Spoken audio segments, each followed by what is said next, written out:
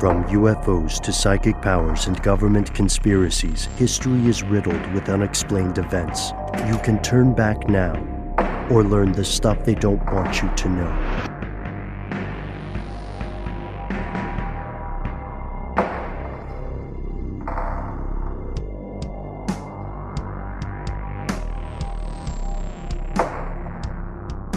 Hello, welcome back to the show. My name is Matt. My name is Noel.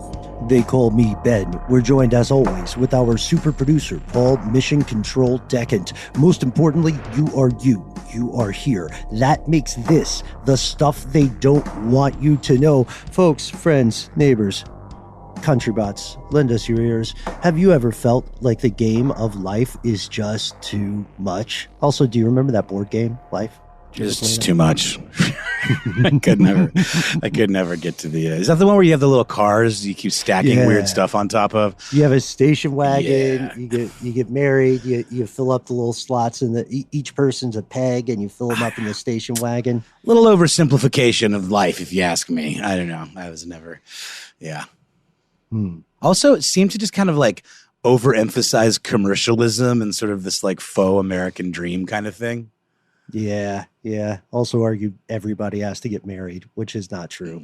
But, if you think about it, wherever you are in life, if you're an adult, you have pretty much several jobs. You've got your official career or your occupation, whatever that may be. And then you've got all this other stuff that doesn't pay you financially, yet remains necessary for survival. Chores, you got to clean the house. Bills, you have to pay the bills. Hopefully you can visit a doctor, you're a parent, you're a family member, you've got obligations there.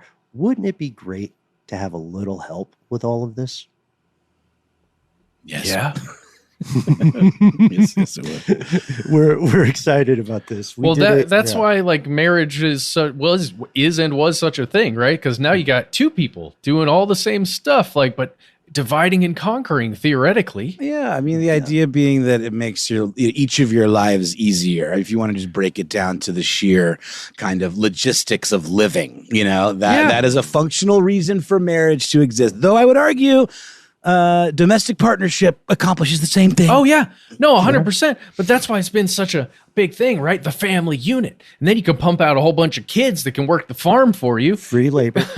Yeah, I mean that was round up all those orphans and ship them off to the farm. Raise your own butler. You know what I mean? Yep. Put the time in. You're absolutely right. And for centuries, science fiction writers in particular have imagined this new world where technology provides new, astonishing answers to this question. I am one person. I have so many things to do. I need help. Who can help me? And our question this evening is, how close are we to this idea of robot servants? Perhaps more importantly, is this a world that we would want to live in?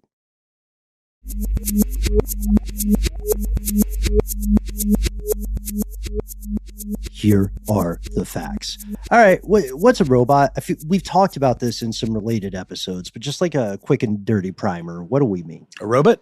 I love saying a robot. Yeah. I mean, we certainly see it through antiquity, like these automatons and kind of clockwork men or whatever. I believe the chess playing robot or automaton was a big one, historically speaking. But the mechanical term. That's right. The term, though, is a little more recent. It comes from the 1920s, from a play of all places. And I'm sure we've been through this before, but I think it's definitely worth a catch up. RUR. Rossum's Universal Robots by Karel Capek. Yeah. And robot today, it's a huge group term, just as varied as human beings. I would argue more varied than the human species. Not all robots are going to do the same task. Not all of them are going to look the same. No one would say the Curiosity rover is the same thing as a factory line robo worker at an auto plant. But to your point, Noel, the etymology gets really interesting. Our playwright that you mentioned got the word robot. It enters English in 1923 as a translation of this play. But our playwright gets the word robot from a Czech word, robotnik. Robotnik means forced labor. Okay. Yeah. Just like the doctor. I guess From Sonic the Hedgehog. No, okay. No, 100%. Yeah, Dr. Robotnik. Yeah, man, he was evil, and he was all about creating forced laborers, usually in the form of weird little robot warriors, I guess, that were just trying to kill Sonic and Tails and Knuckles and whomever else was part of their crew. But I mean, even the word robot, like in English kind of parlance, sometimes refers to like a microwave, like robot cooking. I mean, just the idea. Oh, I like it's that. really funny, just the idea of automatic. Something being done for you, a task being done automatically, whatever, I also, it reminds me, these languages are so interesting. It reminds me of the term for pickup trucks that have machine guns mounted on them in parts of East Africa. They're called technicals. Whoa. I thought that was like when you made the really elaborate cake on a baking show.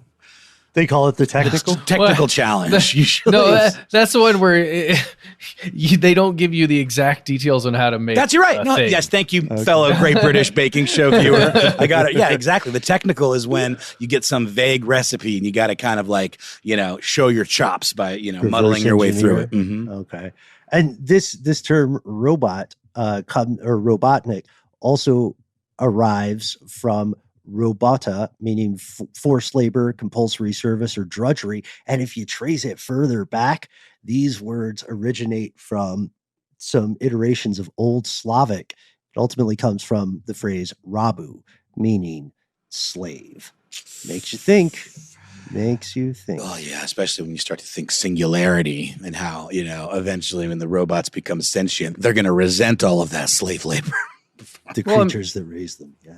We could get into it, but the phone you're listening to this on, is it a robot? Not really. Maybe. Kinda. And is it your servant? Well, that becomes the question, because robot doesn't mean the same thing as android, right? Like, no, an android's a kind of robot. Yeah. But I don't know. Ben, what do you think? Is a phone with all of the myriad things it can do and with the personality that it has via Siri or whatever, is it a robot? Does it have to ambulate to be a robot? No, it's a great question. The question is, what do we mean exactly? So we know robot. What do we mean by robot servant?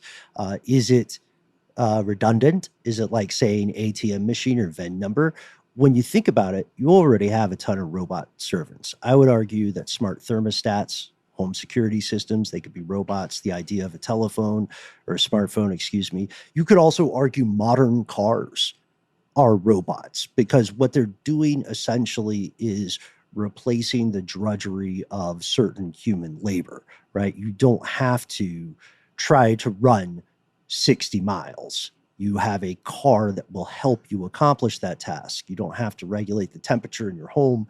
You have a thermostat that will help you. It doesn't have to be ambulatory, to your question, though. And your phone will, now you don't have to write a letter and wait 3 months for the reply when you open the envelope and it just says, LOL.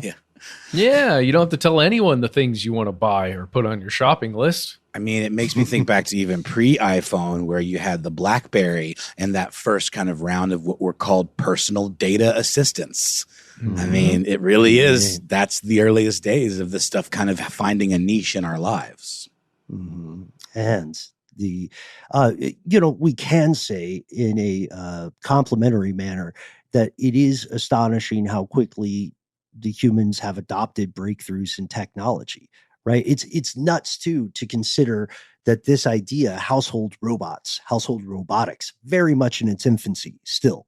And no one is sure how this will all shake out. If you have a child tonight, like if you or your partner gives birth this evening, first off, thanks for listening to the show. But secondly, 18 years from now, the world that kid meets is going to be so different from 2024, particularly in terms of robotic assistance. Yeah. Do you guys think it'll be like 2062 with Jane, George, Judy, and Elroy? Oh, man. And Rosie? Yeah. Huh? I was thinking about that the whole time. I was too. And I'm going to go ahead and just drop it now when we're starting to get into the conversation about robot assistants and the idea of what can go wrong, there's an incredible episode of The Jetsons where Rosie glitches out and starts repeating a place for everything and everything in its place, and just starts freaking out and putting things like over organizing and causing mayhem and just totally fritzing out. And that there, what was it, like in the 70s, I guess? It really is, to your point, Ben, about science fiction, predicting what could go wrong with these kind of household servants.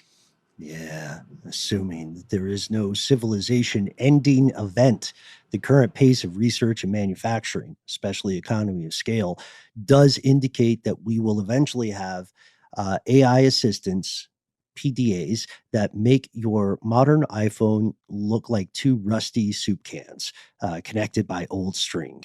You know, like that's the level. You know, think about it. It wasn't too long ago that people landed on the moon. Hot take? Can I say that?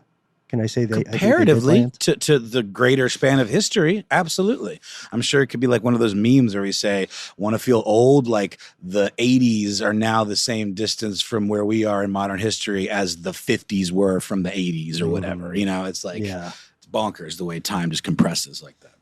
Or has anyone actually landed on the moon, you guys?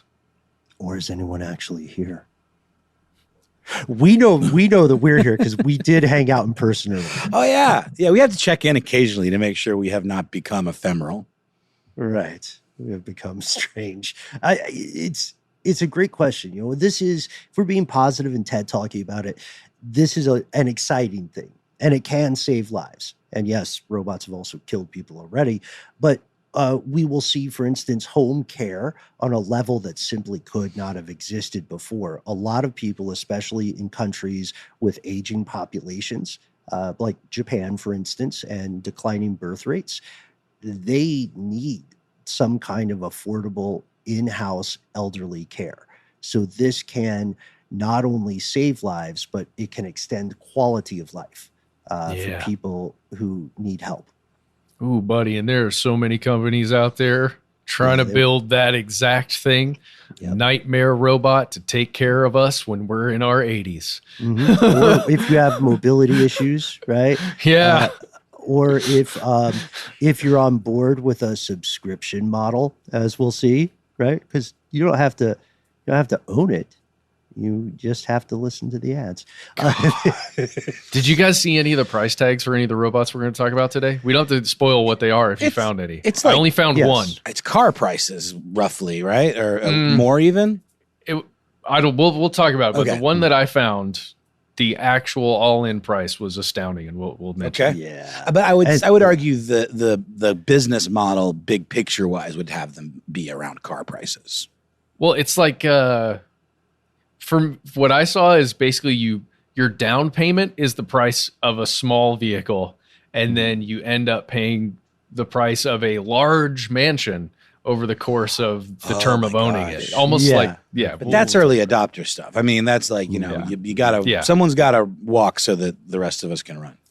Speaking of early adopters, this is the question. You know, we always see these utopian TED talky versions of the future of robots in your home. Everything is shiny and wonderful, and you're going to just have the best of all times. You'll be happy as peaches, clamorous as clams. But how close are we to this kind of situation? Should we be concerned? It is a tough question. We're raising excellent points here.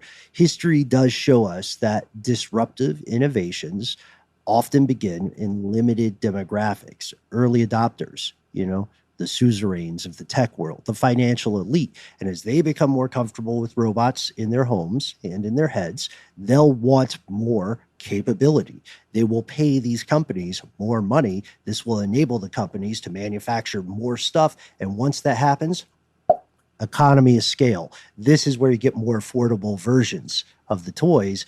This is where you end up thinking about it the way you would think about buying a car. Yeah. To your point. Oh, for sure. I mean, look back at like the feature set that was available on the original iPhone and how comparatively it's just absolutely rudimentary, almost like that 2 tin cans and a string comparison you were talking about.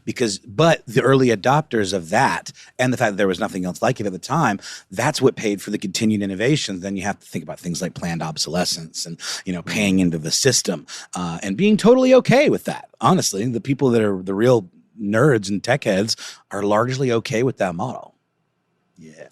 Yeah, largely. I mean, it won't all be, warm, fuzzy hugs and angel farts. We'll see a rise of other things concurrent with these devices, things that raise serious questions, constant monitoring, endless leveraging of personal and interpersonal data. Predictive attempts will have a huge and unseen, often unseemly impact on people's lives. So again, how close are we really? Is it a jam tomorrow, never jam today situation? Are we on the precipice of something? Should we be concerned? Yes. Here's where it gets crazy. Slight spoiler there. Yes, you should be concerned. Yes, we are close in some ways, but maybe not in others, because, we mentioned the Jetsons earlier. We'll get to the more sinister stuff later tonight, but the Jetsons, let's talk a little bit about the Jetsons. Let's talk a little bit about their robo housekeeper. Yeah, Rosie. I mean, and I just mentioned that episode that has always stuck with me.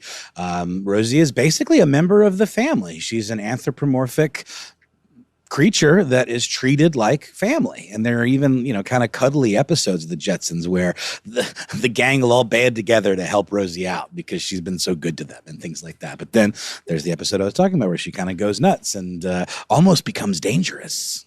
Yeah, but she's also a maid. She provides a service without pay. She is there at all times, and she has red eyes, which was a choice. It was a choice. It was on purpose. If I'm sorry to keep hounding on it, but if I'm not mistaken, on that episode, I'm talking about the eyes turn slant ways, kind of like angry eyes. And it becomes this like, what is this creature that Rosie has transformed into? Our delightful robot helper has now become something else entirely sinister. Mm-hmm. Yes. Why weren't you happy being a servant? It's a very strange implication. There's smart writing on that show. And when we think about these things, we're always sold these ideas of a world without warts, a world with seamless integration of everything with no problems. And interestingly enough, in the Jetsons, they're still selling some quote unquote family values that were arguably anachronistic by the time the show was made. If we put all that aside, we got to talk turkey, because I know that all three of us have been reading intensely about specific emergent robot technologies for the home.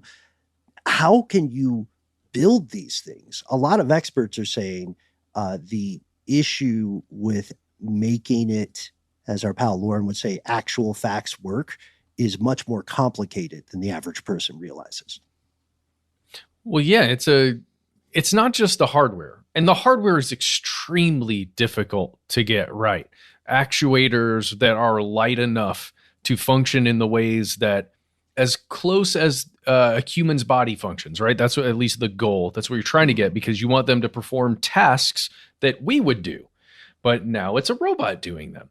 Just to get the hardware right is near impossible. And if you've been following along the way we have with iterations with all these various companies, including Tesla and Boston Dynamics, and I mean, there's so many, UB Tech, these huge companies that have been spending years and years trying to innovate just the way an arm will function and the way a hand will be able to rotate and grasp without doing things like crushing anything that it's trying to touch. Touching something soft. The real analog CAPTCHA now, just so you know, folks, is doorknobs.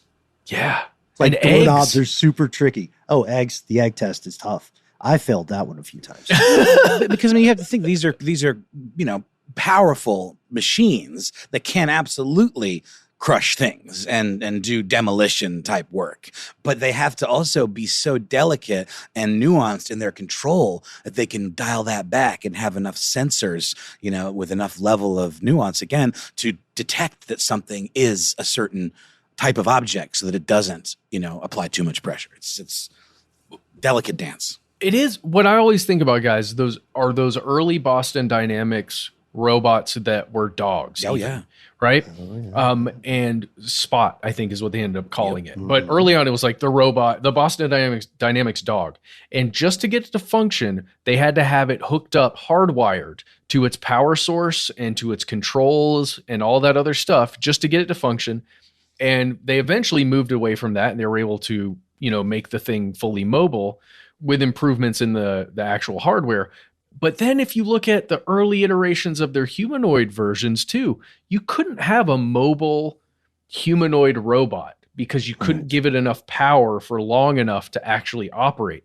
And if you could, then it would be so dang heavy. Then what's it even doing? Can it even walk across your floor without destroying it? Right. Not to mention stairs. Oh my God.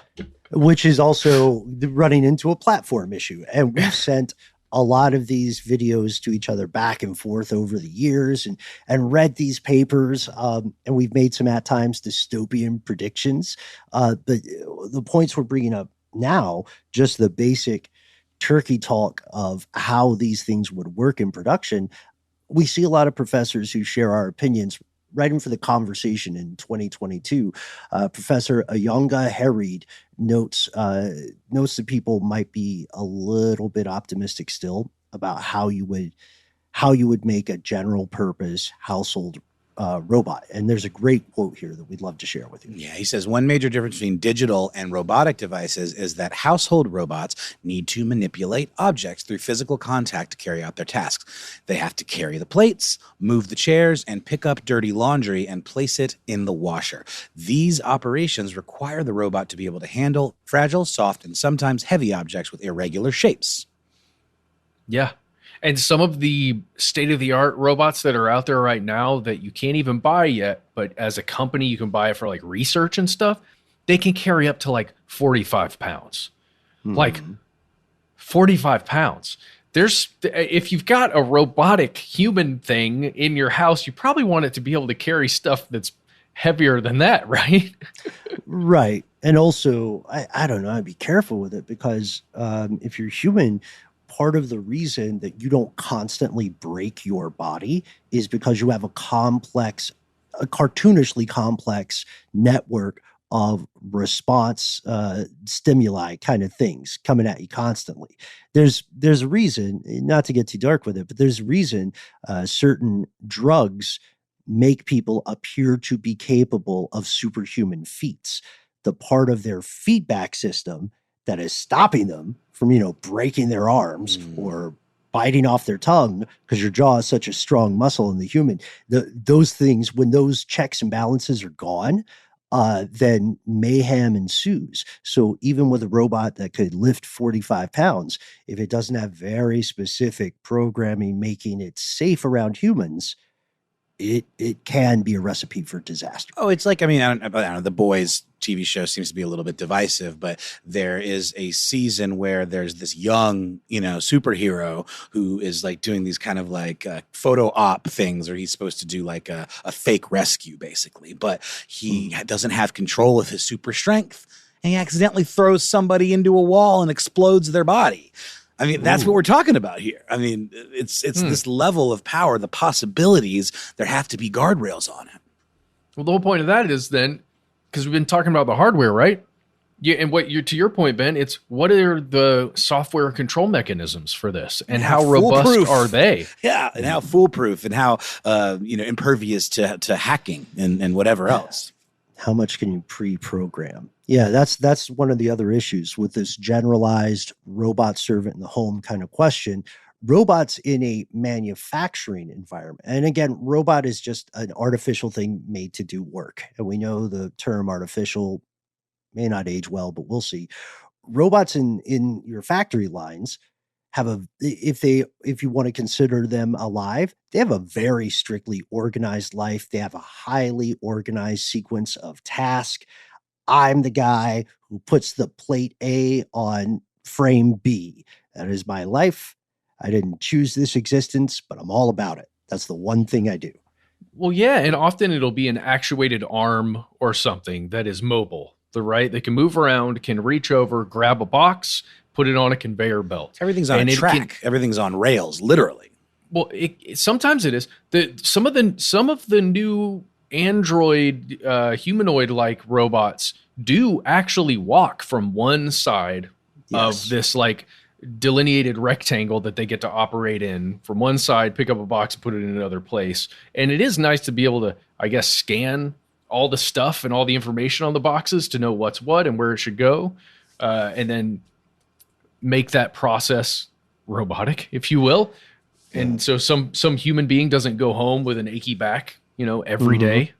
Sure. Yeah. But then also we're very well aware on the flip side of that, there would be a great deal of humans who want a job. And would gladly accept that job. Gladly accept a sore back. It's an imperfect thing. You don't get to the Star Trek post scarcity economy or post work economy until you live through the post work economy, which is a chaotic time on the way. I mean, also, I love the point of this moving in a limited space with a constrained regimen of actions. Mm-hmm. Engineers program a robot's movements, or there are signals like QR codes that can help you do what we're talking about a little bit off air, locate objects, target locations. And that's where you see how this gets more difficult in most households, which are not factories. Shout out to everybody's clutter kingdoms. You know what I mean? No judgment, no aspersion, but household items are often disorganized. They're placed randomly in sometimes unpredictable locations. Which is kind of the whole point of having a humanoid robot that can help you organize things and pick things up and clean things. But it requires kind of this like nuanced ability to interpret the situation and adjust accordingly. And of course, with any kind of AI or, personal device, you can have your own set of preferences that you could program in advance. But with this situation, to what Ben's describing, there are going to be a lot of variables even within those set of preferences. How do you get a robot to think in terms of jazz? Yeah. Oh, yeah. And feng shui, I mean. The only current way to do it, have you guys ever had a Roomba or a similar robot? It always like gets that? stuck under the couch, bro. Every time. Seriously. Doesn't do a good job. Theoretically, when you get one of those, I've had one time, and what you were supposed to do is basically give the robot a standard for where things are, where things should be, and so it understands the layout of whatever rooms you want it to do. It learns the shape, clean. Right? Like it actually has learning capabilities in a rudimentary way. Correct, yes. Exactly. It's mapping as it goes. So I imagine if you got one of these, let's say this company 1X that is trying to build something called a Neo, that is like a clothed humanoid robot that is this kind of thing. It is your butler, is your maid, is your assistant that just hangs out in your house, right? You would basically show it for the first time how everything should be in your house, where everything is located. And then once it had that as a basic standard for the way the house should look and where objects should be placed, I imagine it would just replicate that. Right. And you would have a functionality where you could say, hey, we got a remap. Yeah. We're moving. We got a new couch. I don't want to Shyamalan you, bro, but this one's an L shape. So let's walk through this together. But Neo really likes that one candle being in a specific spot. Oh, and it just keeps putting it back to like, Neo, it goes just here feels now. right.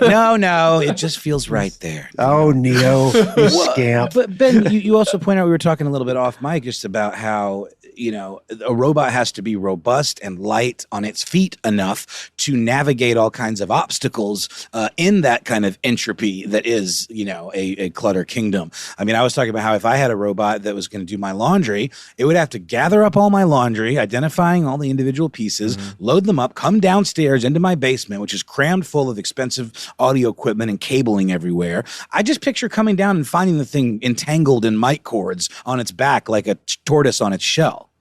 And to the paperclip problem, it goes back to the software. We're talking about paperclip AI thought experiment. What is not a paperclip?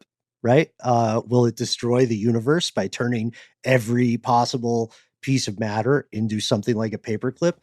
Or a hot dog. I'm cool with that. What if it's us, though? Sorry. All right. You remember the hot dog universe from Everything Everywhere All at Once? Yes, hot dog fingers. It'd be like that, yeah. Oh, I still haven't seen that. Are you joking me? Oh my goodness! Get thee to a streamer. Yeah, don't let the hype mess. It's such a fun ride. It's a lovely film. I know you well. I think you'll dig it. Whomever is writing it just at no point said no to any creative decision. It is maximum. Yes. Okay. Just sort of yes-anding, but in a very different direction from Longlegs, to be fair.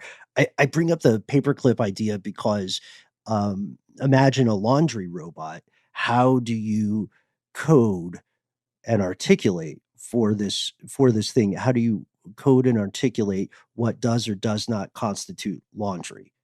How does it know that the curtains aren't sheets hanging up?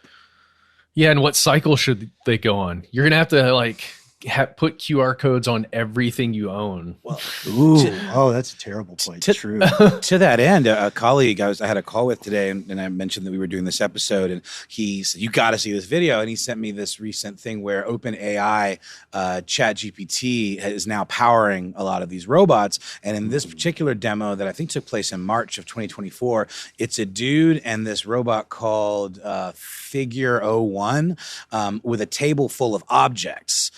Some of which are dishes and things. And the robot, using this software, was able to identify that the dishes were dirty and they needed to be washed. Were able to identify that it was an apple, that it was a healthy thing. It was using sort of more abstract terms like give me something to eat. And so he scanned what's on the table and the apple was the only edible thing, and also identified it as a healthy thing. But the dishes, to your question, Matt, about how would it know it's dirty?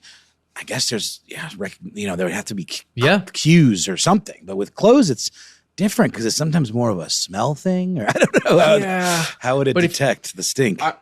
I would just say if you watch that video closely, this is I don't mean to be a skeptic or a weirdo or anything like that, guys. But if you watch that video closely, you can see some of how the time elapses a little differently, and I think they even might mention that in there, and also the fact that there's some cuts, I think, in there as well. So you just got to be careful anytime you're seeing any of the updates for any of these, prototyped robots that are theoretically going to be a household item for people of that upper echelon in society, at least for a time. Everybody is vying for that coveted market share of the at-home Android. Get in early, It's also, is there some swindlery afoot? Like the Mechanical Turk was kind of a con job for a lot of people.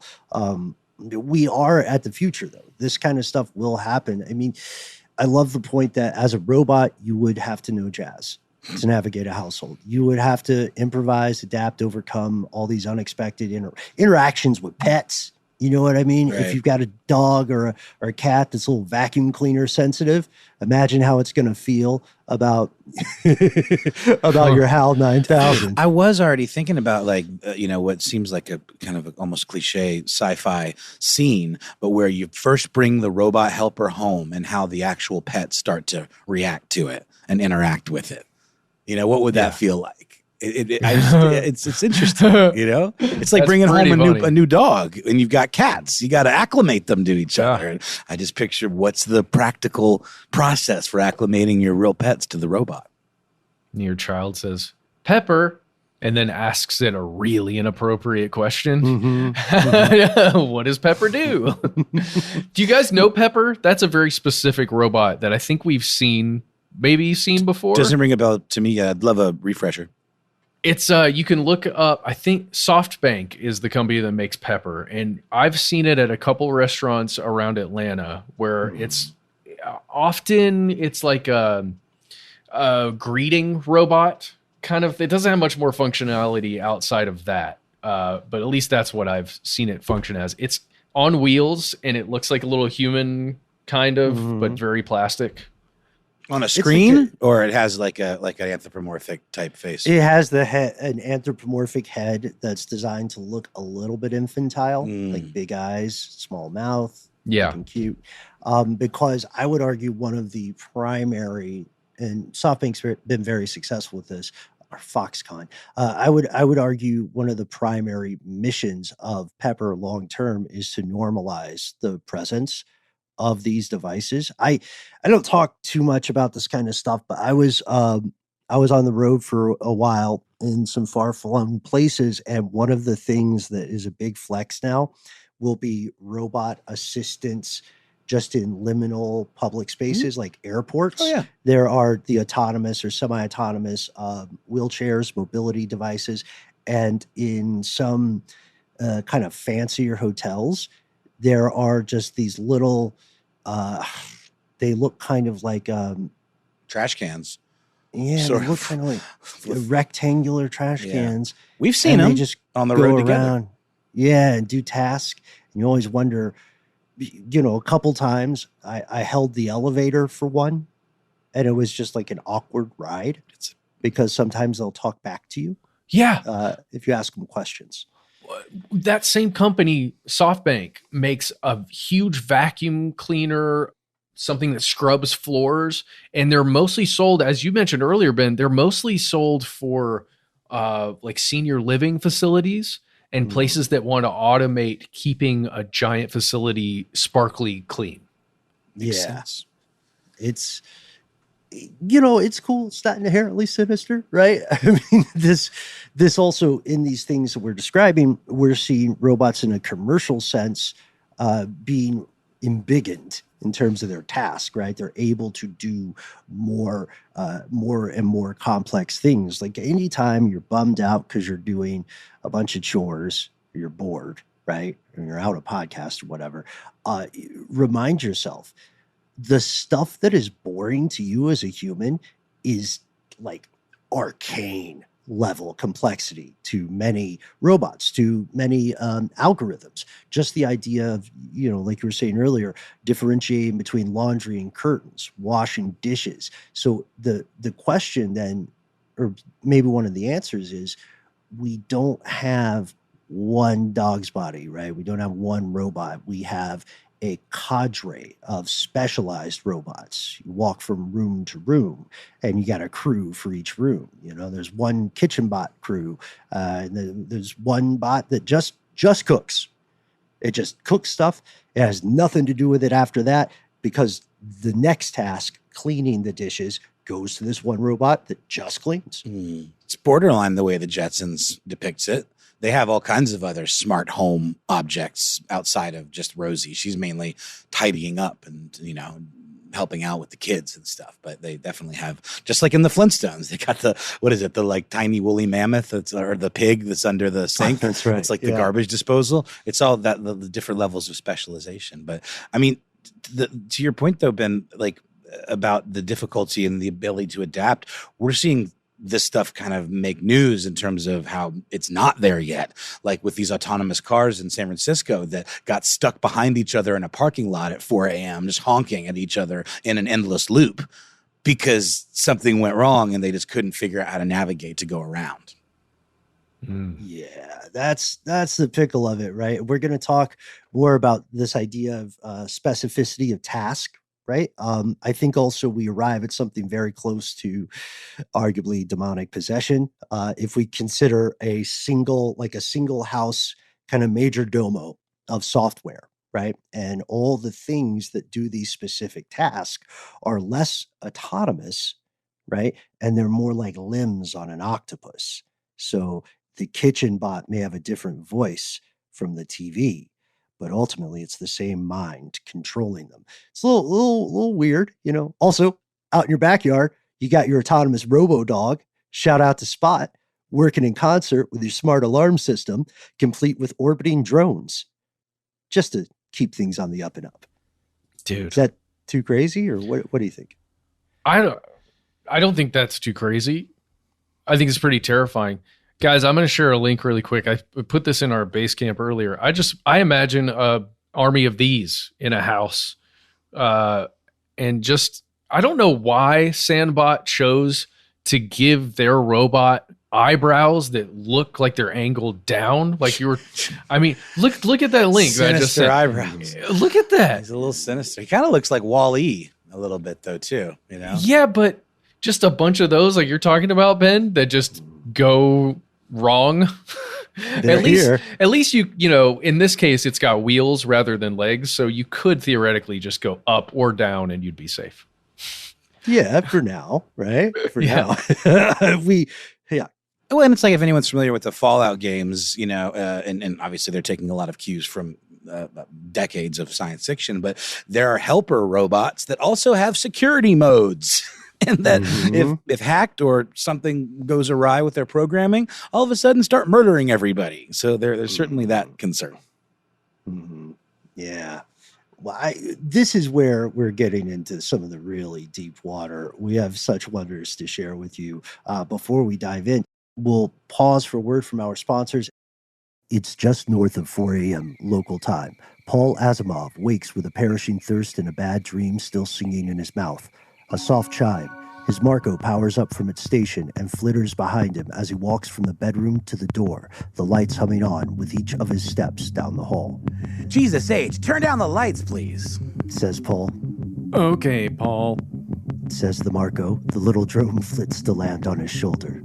Would you like to upgrade your auto light plan? It whispers in his ear. If you subscribe to Autolight Premium now, you can have 6 months of ad-free lighting with a 12-month contract. Paul's still shaking off the sleep. He blinks, flexes his jaw. He's thinking about the bills. His daughter Mandy, just 4 as of last week, already wants her own Marco Jr. The watch on his left wrist beeps. Your heart rate's going up, says the Marco. You're thinking about Mandy's Marco Jr. Marco Jr., the best friend a kid can ask for. Skip. Are you sure you want to? Skip. Paul enters the kitchen. There's a cold glass of water waiting on the counter. He drinks it in a few loud gulps. His watch plays a sound cue of distant applause. This glass is brought to you by Megagent Water. Beams the Marco. Megagent Water. It's got the Megagents. Paul reaches for the fridge door, grabs the handle, and rolls his eyes when the touchscreen glows red. I just want a snack.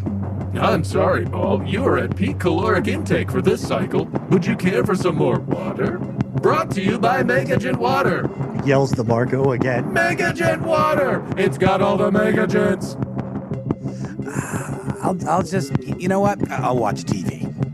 The TV in the other room hums on, slow like a whale swimming up from deep oceanic depths. You are currently up to date on all programming. Is there anything else I can watch? The TV circuits hum, for all the world, like an old man's grumble. No. Well, just play something, not an ad. I'm afraid I can't do that, Paul. Paul looks around. He walks to the front door. Then I'll go for a drive. He grabs the Wi-Fi-enabled door handle. Hey, let me out! The door's touchscreen lights up red. I'm afraid I can't do that, Paul. If you'd like to subscribe to Nightwalk Plus... Skip. The Roomba skirts against his foot. Cleaner floors for cleaner souls. Skip! The Roomba pauses, as if in deep electronic contemplation. I'm afraid I can't do that, Paul. If you would like to upgrade to Roomba Motion Master Home Parkour... No! Skip! Skip everything! Turn it off, please! For a moment, everything goes dark. Paul looks around. In that moment, he hears nothing, blessedly nothing, save for his own pulse in his ears. Please, just turn it off. Just turn it off. And then the chimes, the hums, the beeps. One by one, they gather in the darkness, little red, blue, green, and yellow eyes, leaping into existence like insects, their chimes and hums and beeps combining into a single chorus. As though possessed by one single voice, they whisper over and over and over again. I'm afraid I can't do that, Paul. I'm afraid I can't do that, Paul. Paul, I'm afraid I can't do that. I'm afraid I can't do that, Paul. I'm afraid I can't do that, Paul. Paul, I'm afraid I can't do that. Yes, homework. The latest and greatest in residential housing. No upfront cost, no pesky paperwork. The future of a household wherein everyone finally plays their part. Homework is a subsidiary of Illumination Global Unlimited.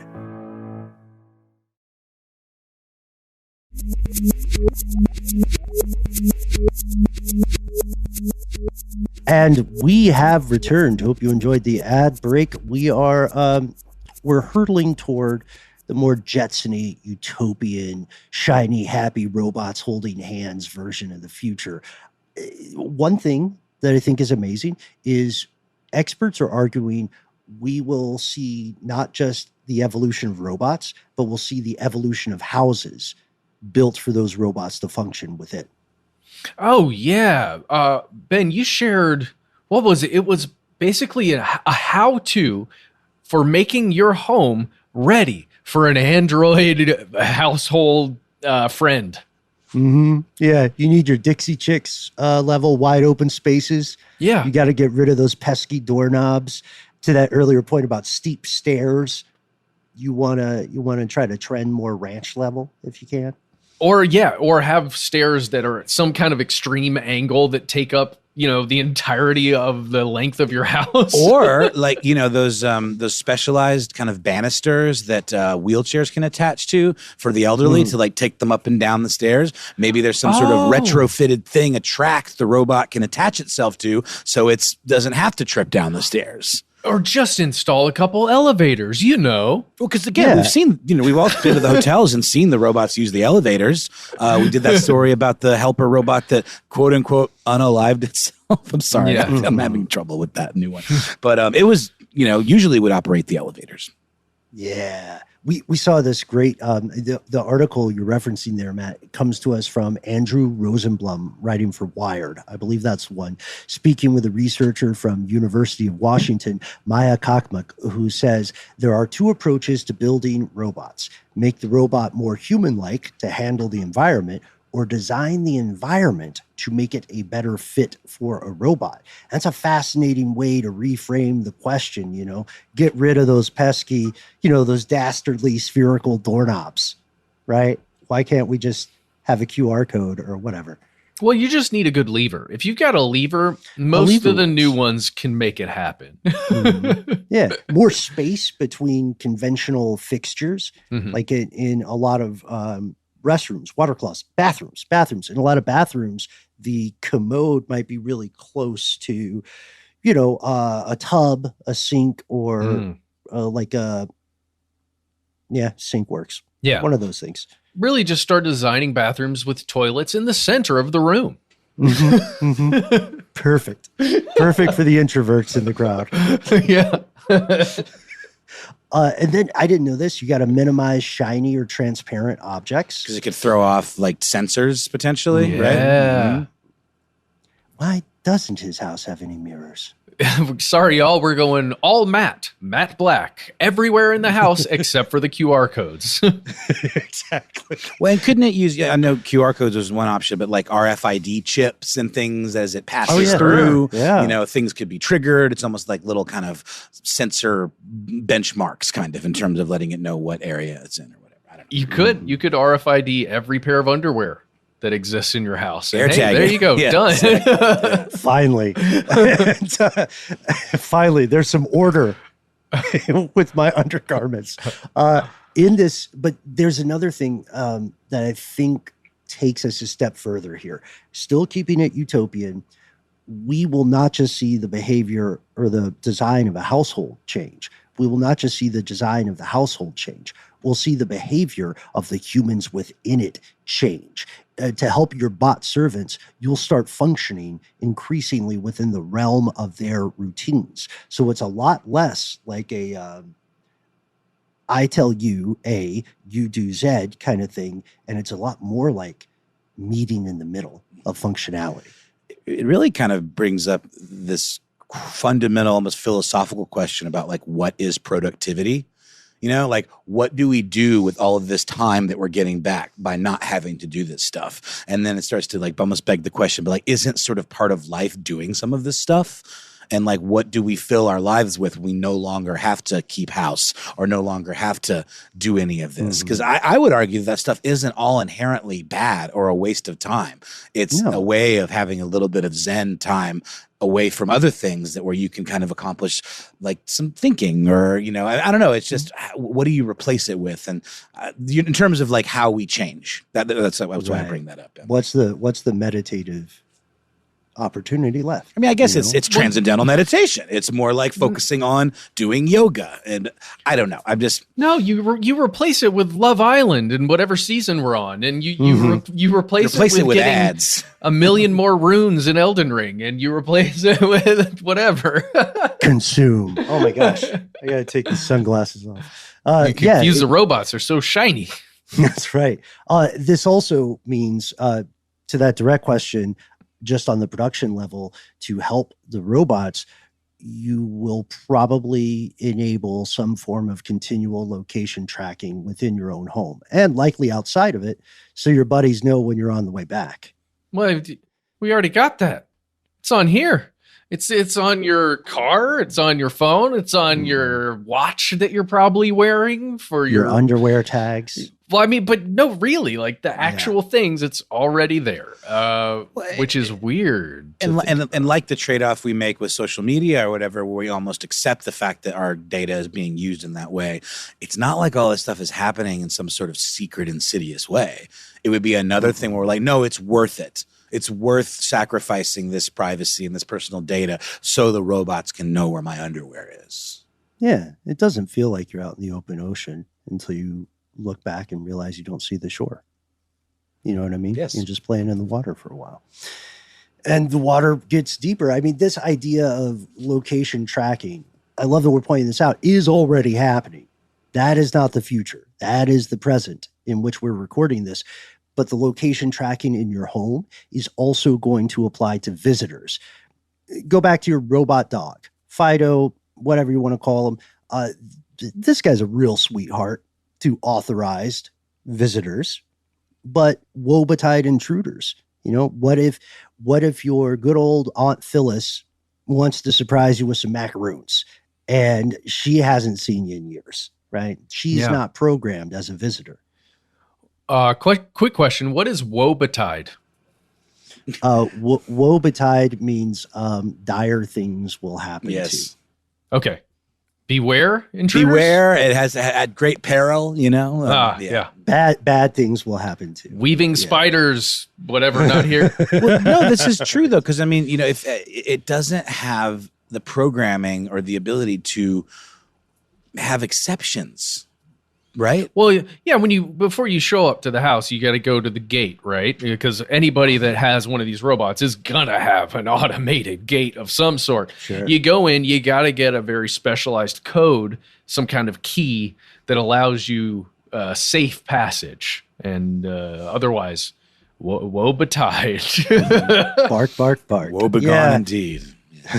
And that gets us to the dystopia, right? The doorway to the more troublesome version of this. It's that monitoring piece for me, guys. Even though obviously I know, like, the majority of people in the developed world, I have things that I cannot opt out of for different versions of location tracking in some way. But this is a whole other level. Your pets, your family, every visitor continually monitored on nearly every single aspect of interactions: your physical fitness, your diet, your internet activity, your social media comments, you know, when you watch which shows, what do you talk about at dinner?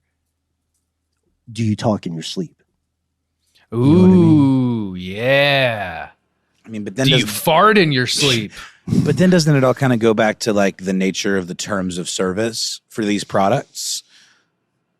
In terms of like how that information can be used. Like, I mean, you know, if you're paying enough money, one would think that you would want some assurances that this stuff just wasn't available to the highest bidder. Not the same as what websites you visit in terms of sales and things like that, but actual personal private things that are said in your house or, again, in your sleep.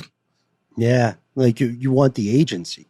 But let's also consider, you know, the slow robotic grasp, right? Social media and software services have been very good about slowly tightening their grip, right? Remember how it became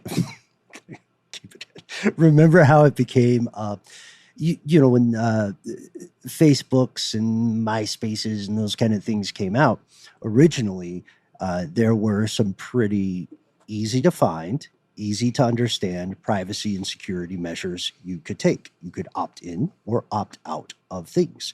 That's increasingly difficult now. The very concept of privacy is being eroded. I don't know if that's a bad thing. I don't know if it's a good thing, but it's a thing that's happening. It has been for some time. And it does get to the place where, to my previous point, like it becomes something that only exists in the realm of the super privileged to even claw back a little semblance of that privacy. What we're saying is, in the dystopian version, you become another machine in the house.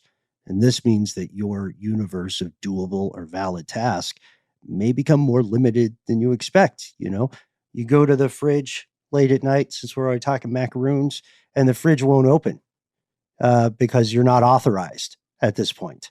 You've exceeded your caloric intake if you want to make your fitness goals.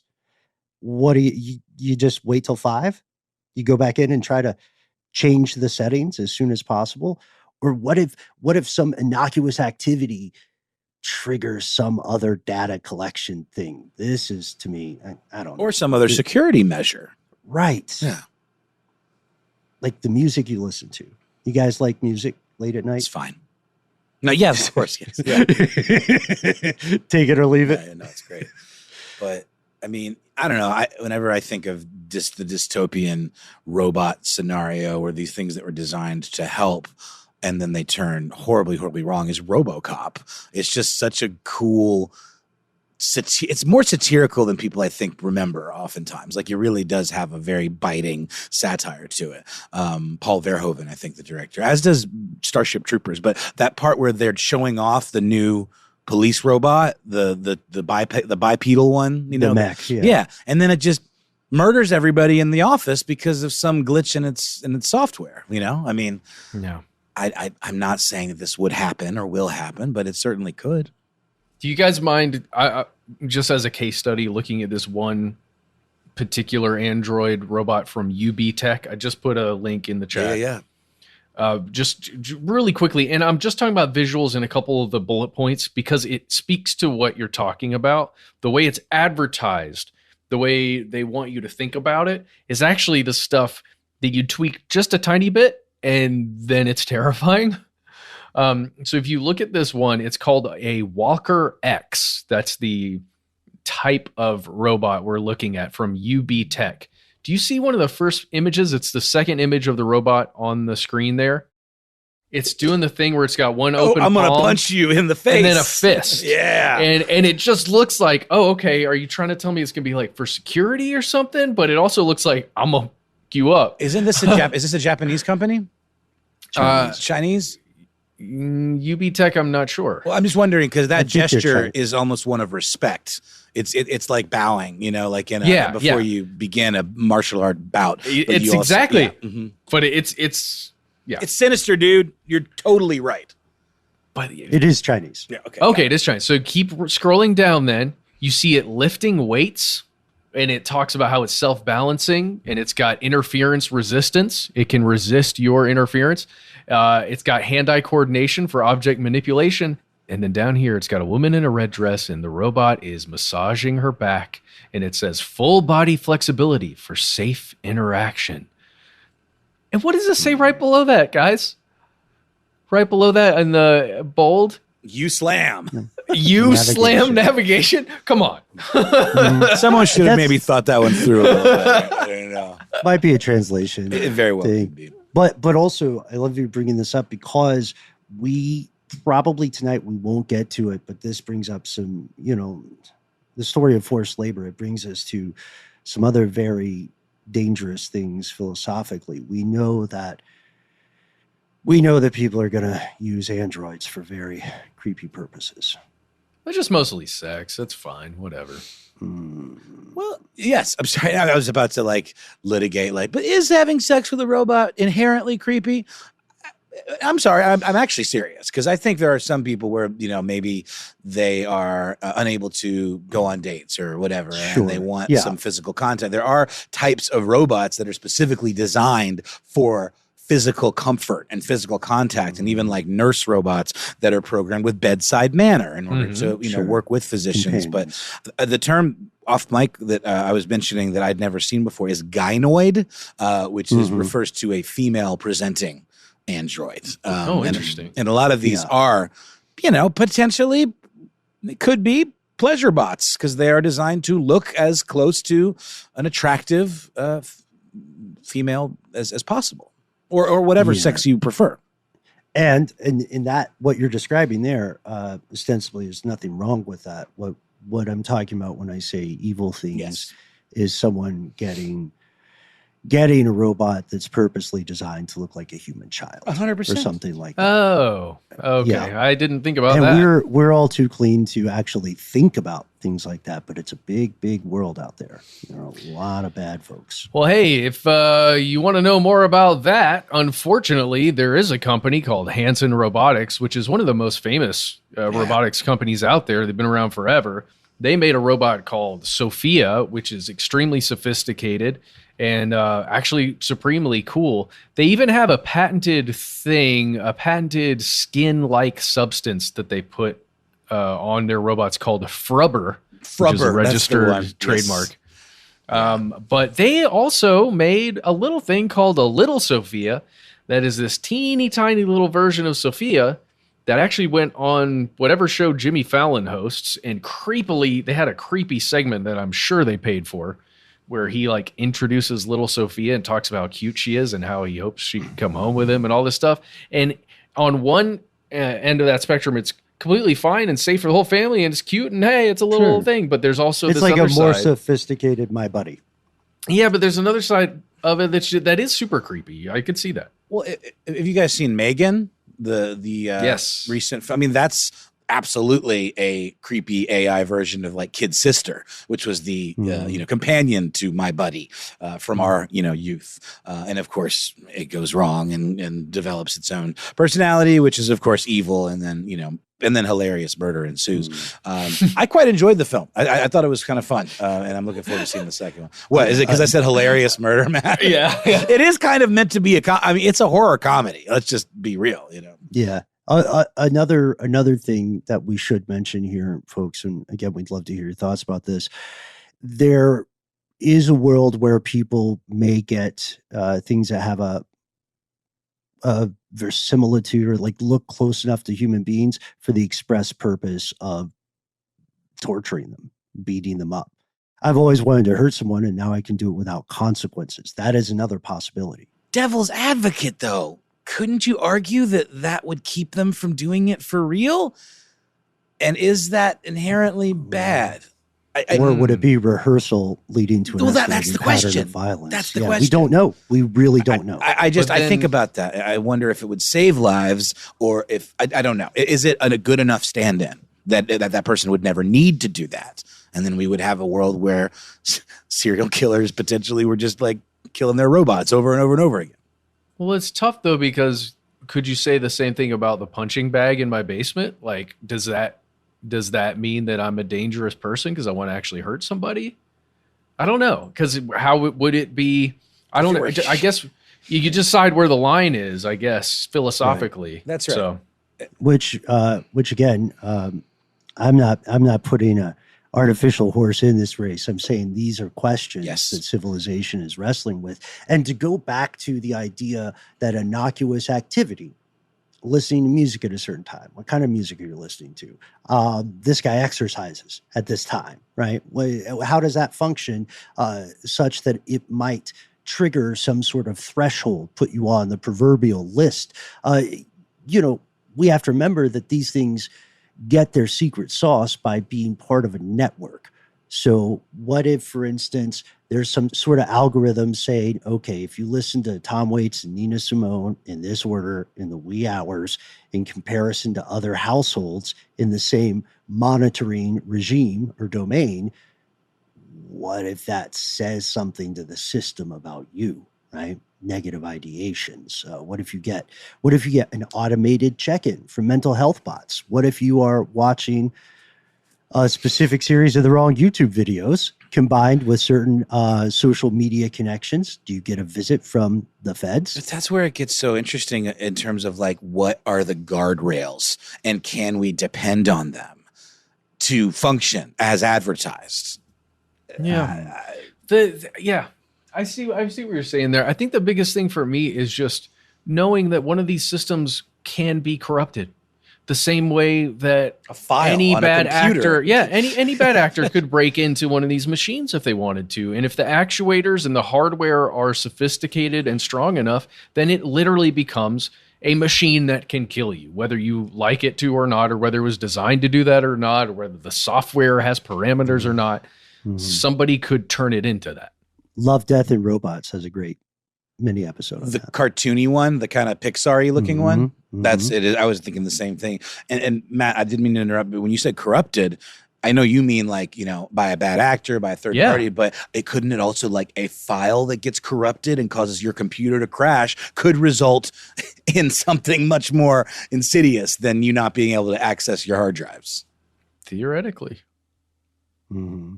Yeah. And that's the issue, because we're still talking theoretically, and people are working around the clock to get in front of these things, to imagine every possible advantage and disadvantage.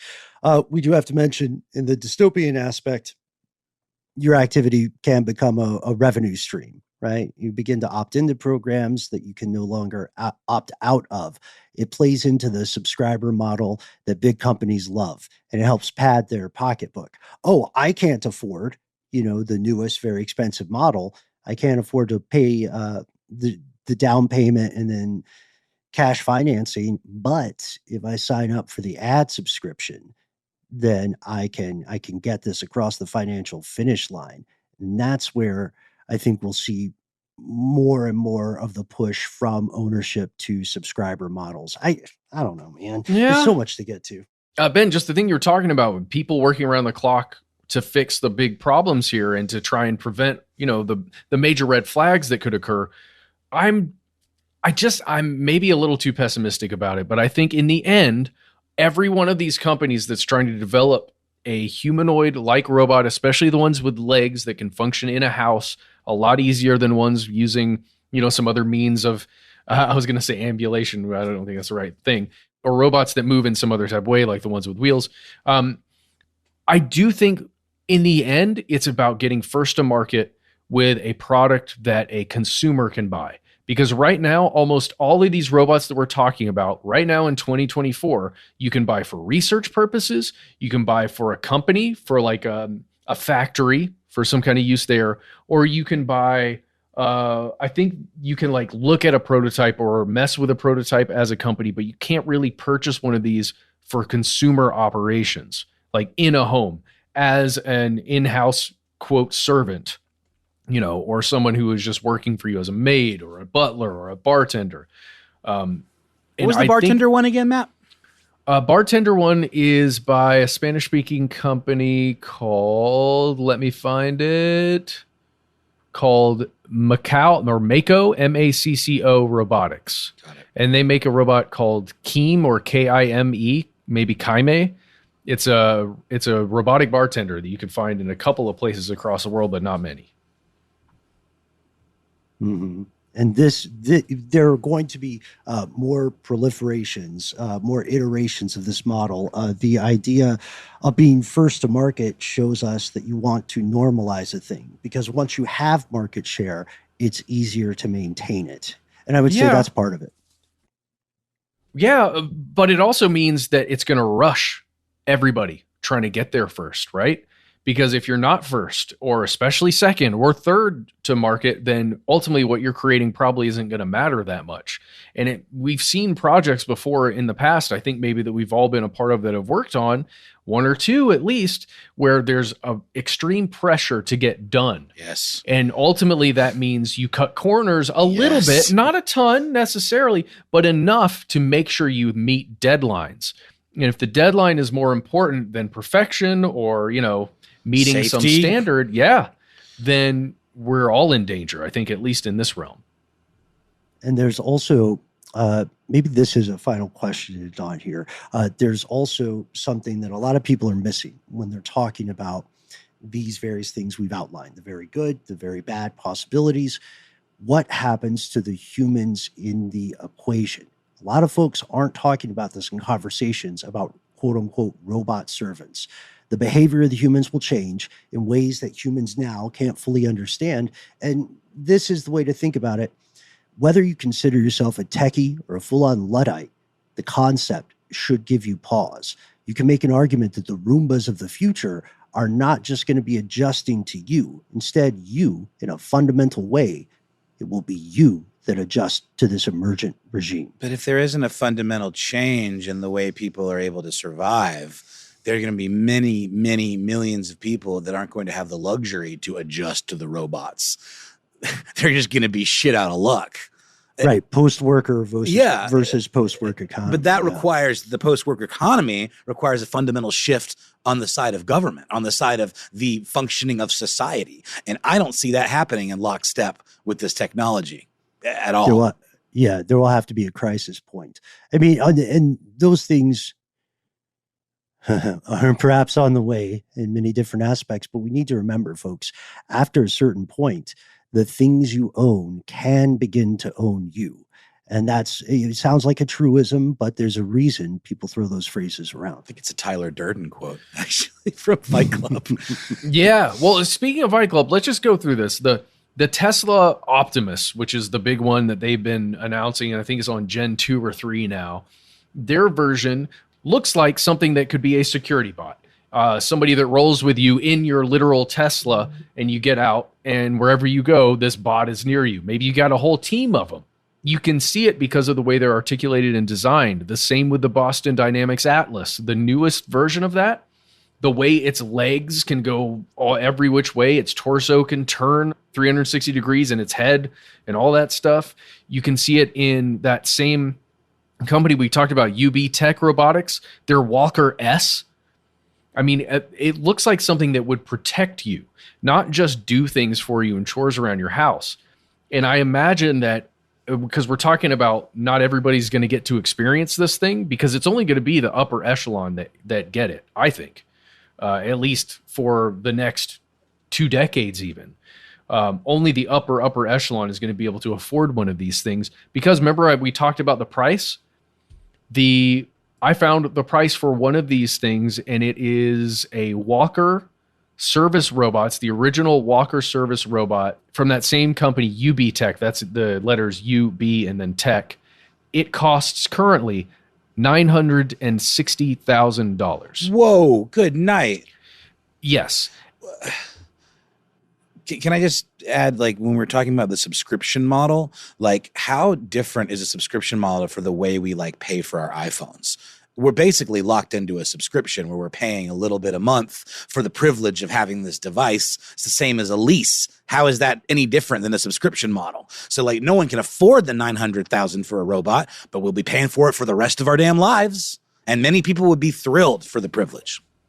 Well, yeah, there are other ones that say, like, you put $10,000-$20,000 down, and then you start making these big payments. But in the minds of the people that are trying to sell that right now, it's for research purposes, right? So you would put that either at a university, or if you've got an attraction or something, you put one of these humanoid robots in to be your guide to take people around your whatever it is that you're showing people around, that has all the information, can answer all the questions, and is super cool because you've got a robot.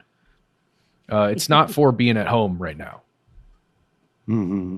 And when will that change? And again, what change will it necessarily create in the human population?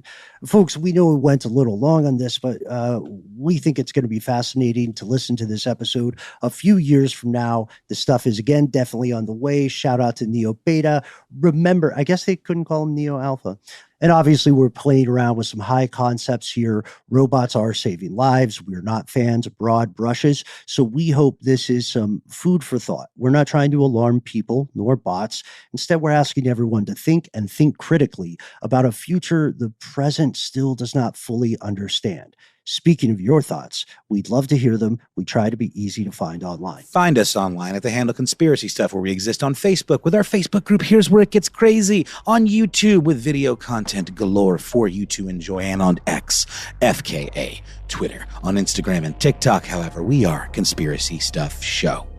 We have a phone number. It's 1-833-STDWYTK. When you call in, give yourself a cool nickname and let us know if we can use your name and message on the air. If you've got more to say than can fit in that voicemail, why not instead send us a good old-fashioned email? We are the entities that read every piece of correspondence we receive. Be well aware yet unafraid. Sometimes the void writes back. So sing to us out here in the dark.